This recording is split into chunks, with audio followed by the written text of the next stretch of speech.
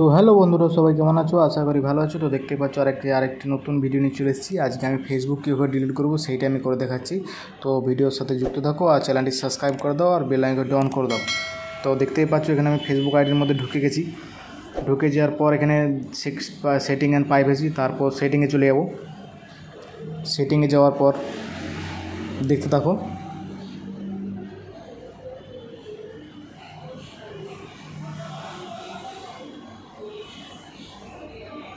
তো সেটিংয়ে যাওয়ার পর দেখতে পাচ্ছ মাই অ্যাকাউন্ট কন্ট্রোল।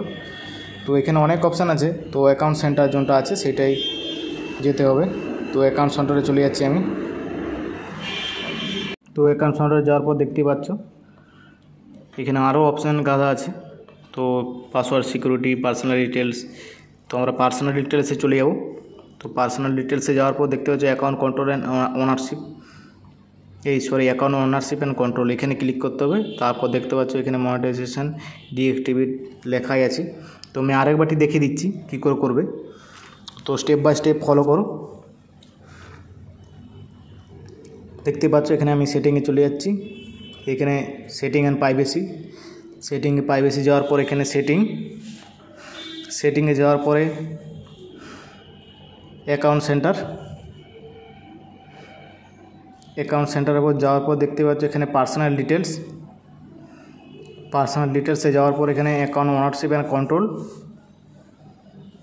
তারপরে ডিঅ্যাক্টিভেশন অর ডিলেটেশন।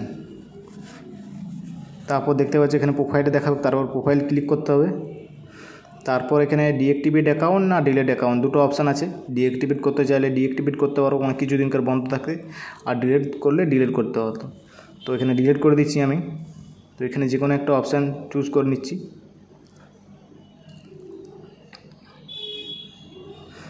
অপশান চুজ করার পর দেখতে পাচ্ছ এখানে কন্টিনিউ অপশান,